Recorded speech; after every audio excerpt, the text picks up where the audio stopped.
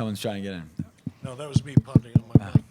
Well, anyways, RAF 08, Philly, I think it delivered. Everyone saw the audience. We broke records tonight across the board.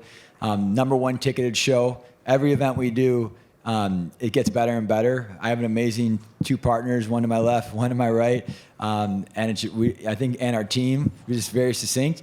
And then Kyle Snyder, what a match of the night, and he just performed. Izzy, how did you feel? And Eric, that energy in that was nuts. Izzy, you go first because I'm going to take some time on this one. Yeah, Kyle is just such a legend and a staple in the sport of wrestling. He's truly a legend. He's a wonderful guy, and he's just been phenomenal to work with. I can't rant and rave about him enough off the mat, and how pleasurable it's been to work with him and have him a part of this team.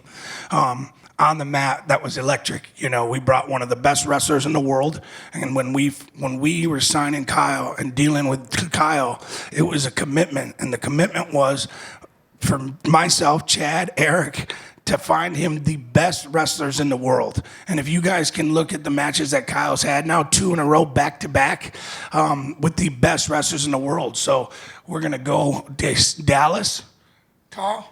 Let's go, Dallas. We're going to go Dallas, and we're going to go him versus Givi, Olympic silver medalist, and that's the matchup that I'm looking forward to. Like I said, Kyle wants the best. Real American Freestyle is going to give him what he wants. I've had a great career in scripted wrestling, in sports entertainment, and as hard as we work to tell a story and create energy and create emotion, we couldn't come close to what this man did tonight. It was awesome. It's exactly what, as a producer, you hope for, and we got it in abundance tonight. So I'm very grateful to you and to all the fans that turned out, Chad and Izzy, for putting together such a great card. This show moved from the minute we opened it up to the minute we closed it down, and I really, really think it's the best one we've done so far, and we're only going to get better as we go. So questions. Go ahead, Mike. Yeah, I was just going to ask about something that Eric brought up. It seems like you guys are obviously learning with each event, but you guys are really getting into a flow with how quickly things are moving. You don't even realize you get through 12 matches in like 2.5 hours. It's pretty wild, but everyone's noticing and everyone's putting it over. Did you kind of notice that yourself, what Eric was talking about, Chad? Just everything flowed so good, and it just seems like it's a well-oiled machine right now. Yeah, I would say, I'm sitting next to Eric Bischoff here on my right, and you guys know what he did with WCW and everything else he's done. He's incredible, and the production team's incredible, and they got that show down. And like I said, we have a great team. I think, when Izzy and I were looking at Kyle's match, I think we both had the chills just of the audience. The audience went wild. But I think we're being put over, Mike, to answer your question, because we're doing things right. We're creating a culture. We took over the oldest sport in the world. No one really had the guts to do what we've done because we did it differently, and we're going to continue to do it differently, and it's working. And so I'm blessed to be sitting here with these 2 guys and now obviously Kyle Snyder on this stage. And while everything rolls smoothly, you never know when Arman Tsarukyan gets on the mat and wrestles, because he shoots a double and knocks Uriah off the mats and onto the floor. And intense moment, but sitting where you guys sit, Eric, Chad, and Izzy, when that happened, what were you guys thinking at the time? I was just wondering if these guys are paying a bonus for viral moments, because we seem to get a lot of them with Arman. Go ahead. I don't know, guys. I don't like it. I don't like that. You might as well punch him so he can protect himself. Pushing a guy off the stage is pretty dirty to me, and I'm not a big fan of that. So I didn't like it on my end, even though it was viral, but I don't have to like everything. I've learned that. So it's a promotional thing, and, it is what it is. And for me, the first thing that came through my head was just, is Uriah okay, right? Uriah is great for our league. He's a phenomenal performer, right? It takes guts, right, to get up there. He's a lighter guy. So for me, just to make sure he was okay. You told me yesterday, Chad, you're going to ask me about something big tomorrow after the event at the press conference. And the announcement came, the video package came. Khamzat Chimaev is now a member of the RAF roster. Can you talk about how you got that done and how big of an impact can he make for RAF, which is already making really big impacts? Yeah, when Izzy and I are doing matches, we work with Sweep, his manager, and Chimaev just loves wrestling. And they reached out to me and Izzy and wanted to do this. And Eric flew to LA and we shot that package. But, you know, he loves wrestling. He wants to give back to it. And Snyder could be someone that he eventually wrestles here. And I was just going to ask you, Kyle, because you spoke to one of my colleagues, and at first you were like, nah, I don't really want to wrestle the UFC guys. And then you're like, you know what? Maybe Chimaev would be a really interesting test. So now he's on the roster. I know Chael tried to set you up a little bit, but thoughts on Chimaev being part of the roster, and how real is that you versus Chimaev is the thing that could happen maybe even sometime in 2026? Yeah, I mean, I think give him a couple matches first. You know, like he's got to, not that he's got to earn the spot, but just I think for his own benefit, just having a couple wrestling matches underneath of him will be good. And then if he ever wants to compete against me, I mean, I'm always ready. So anytime. And what was tonight just like for you, Kyle? Because the match started a little slow. You started to wear him down, and the crowd was just electric as these guys are talking about. Can you talk about what that meant to you? And did you notice it while you were competing that the crowd was just so into what was happening?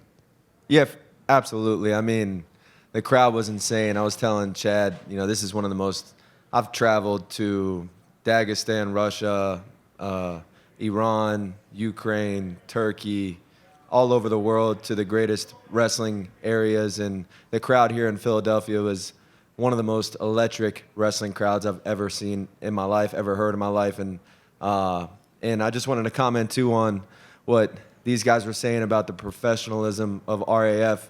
I've been competing at the senior level for over a decade, started in 2015.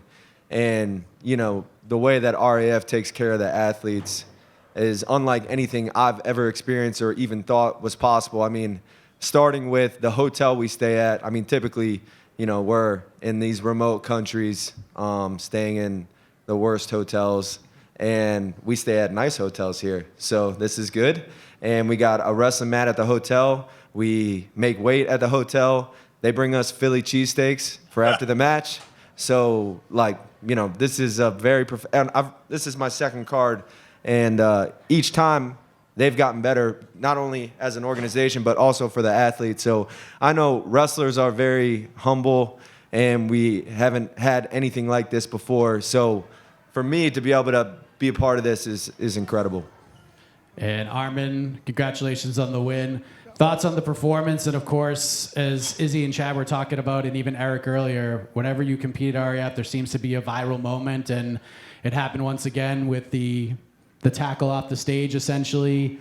Can you just kind of run us through what was going through your mind as that moment is happening, and you and Uriah go off the mat and onto the floor? Thank you so much for it that I'm late. I wanted to look good, so I took a shower.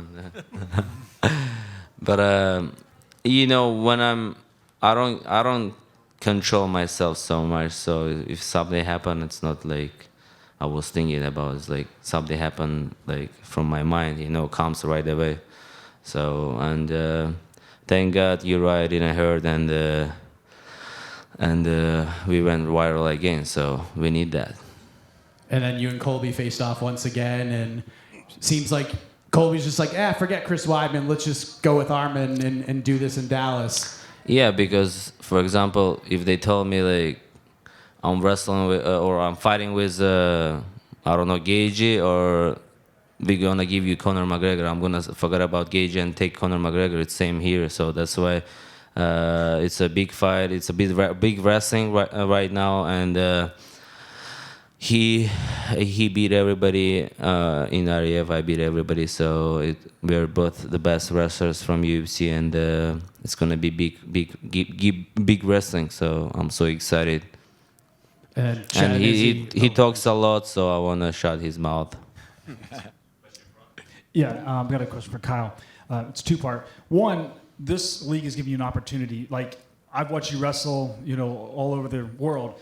But you may get an opportunity to wrestle the guys that you've wrestled maybe once a year, maybe not at all. What's it like to be able to line these guys up and be able to wrestle the best in the world kind of on your terms? You can kind of call it. Is that like really sharpening you? Is it changing the way you are able to compete at this stage in your career?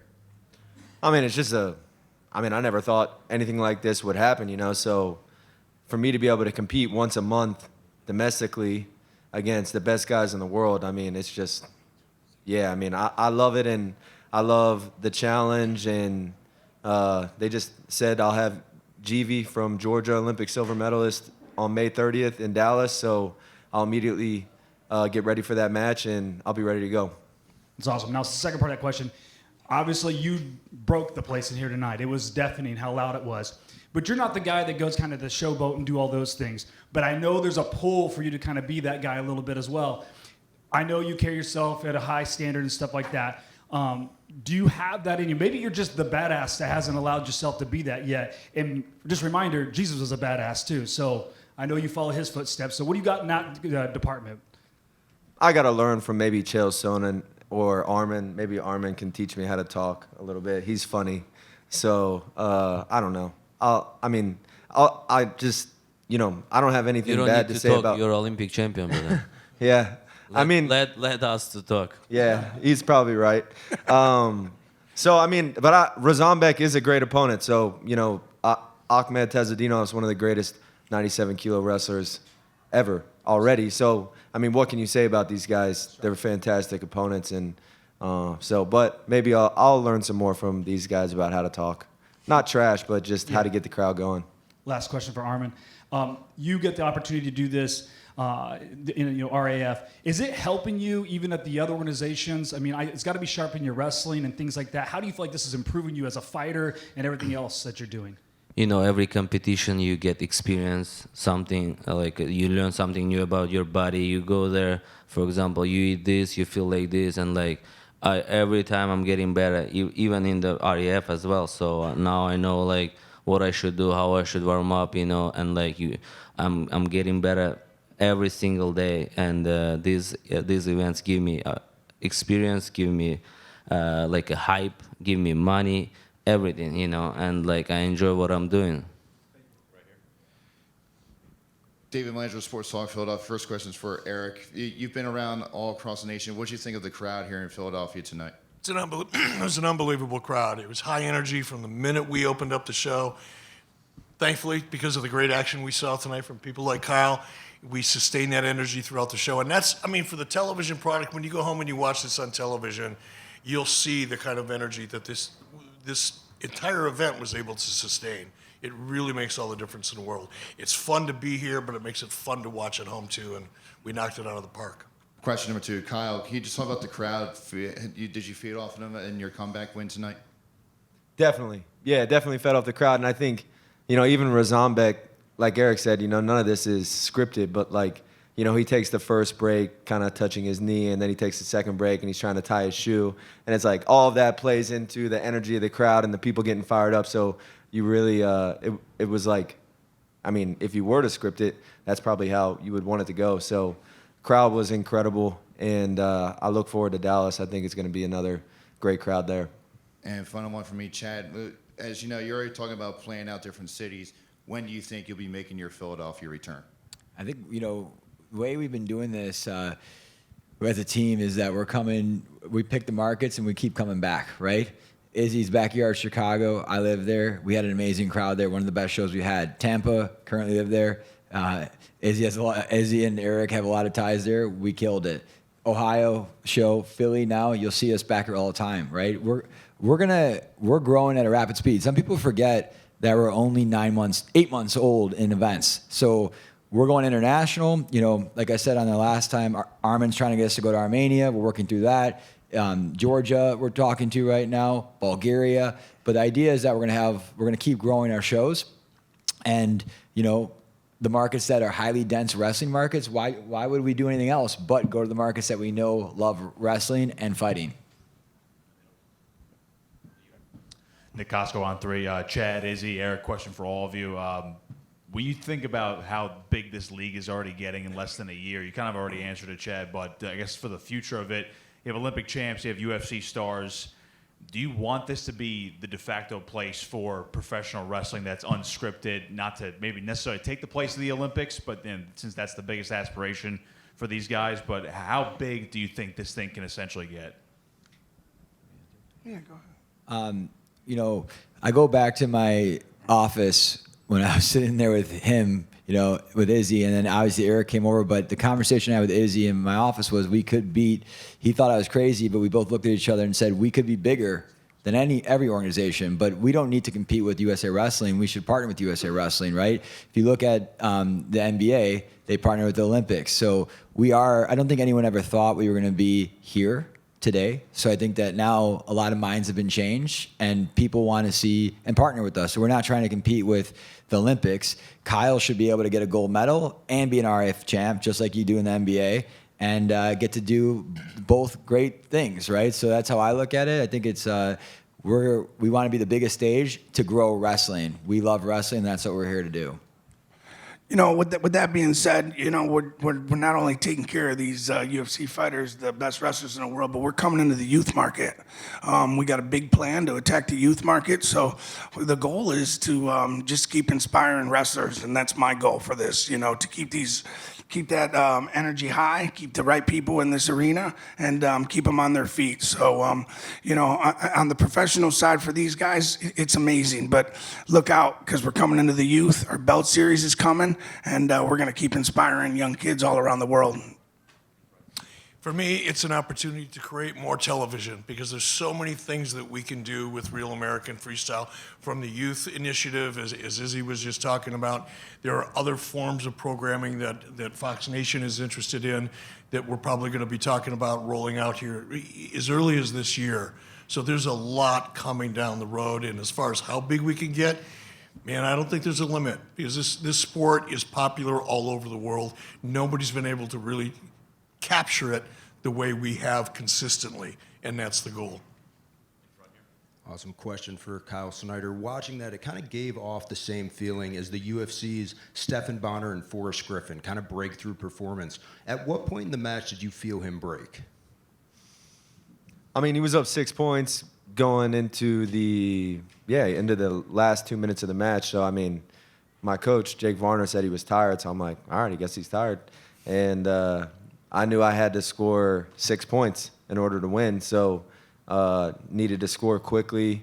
And once I got the first go behind and made it, I pushed him out. So 6-1, and then I got the go behind 6-3, and there was still over a minute and a half left, and I felt pretty good about coming back. And did seeing him get tired kind of give you a second wind? I mean, I'm always tired, honestly. Wrestling's very challenging. So even when I go out there and tech fall the guy in the first period, I'm tired. But we train every day to wrestle when you're tired. For sure. And one for Chad, Eric, and Izzy. We're talking about Kyle Snyder possibly taking on MMA and possibly wrestlers. Josh Hokett is a huge name that's been getting a lot of buzz lately. Is there any thought to bring him over and possibly match him up against Kyle Snyder? Josh Hokett's manager is the same manager for Zahid Valencia. So we've been talking to him about Hokett for a while. He's also down at Greg Jackson's gym, where I was a part of for such a long time. I think they got a big plan for him in the UFC, but we also got big plans for him. So we're super excited to get on the horn with him after this week too. And we got he ain't the only one, but Hokett is a special one, and we're excited to get him in the league also. Awesome, thank you. And just one quick one for Arman. What does it mean to represent Armenia? So I represent, I grew up in Russia, I wrestle in Russia, I train in Russia, I live in Russia, but in UFC there is no Armenian fighters, and I said I want to represent Armenia, and they gotta know that there is some Armenian fighters as well, and this is my blood, and I want to represent and become a first Armenian champion, UFC champion and RAF champion. Thank you. Sebastian Milo with Sportico. My question is for Chad. First off, thank you obviously for this great event. I mean, this was my first RAF event, and honestly, I was very much impressed.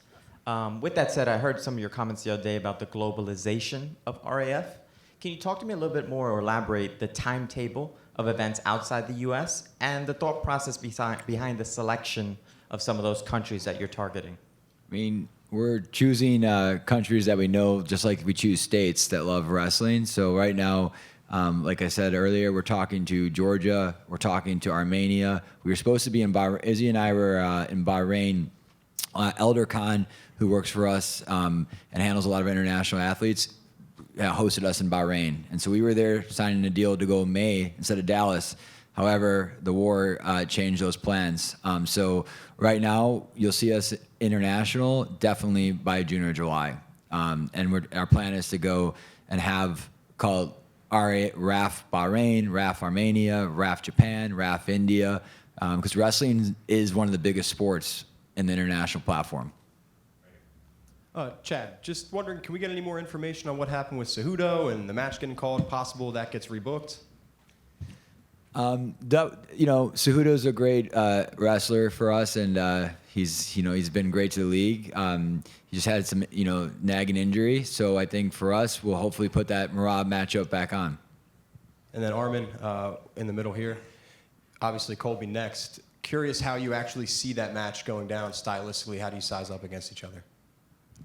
I mean, same. So I'm looking for a 10-0, and I want to dominate him, and I don't want to give him any points like I gave today to Uriah, because he's a little bit old and is not good to win 10-0. So, but against Colby, I'm gonna go hard and trying to make it 10-0 first round and kick his ass, and everybody gonna forget about him in wrestling, and everybody already forget about him in UFC. So.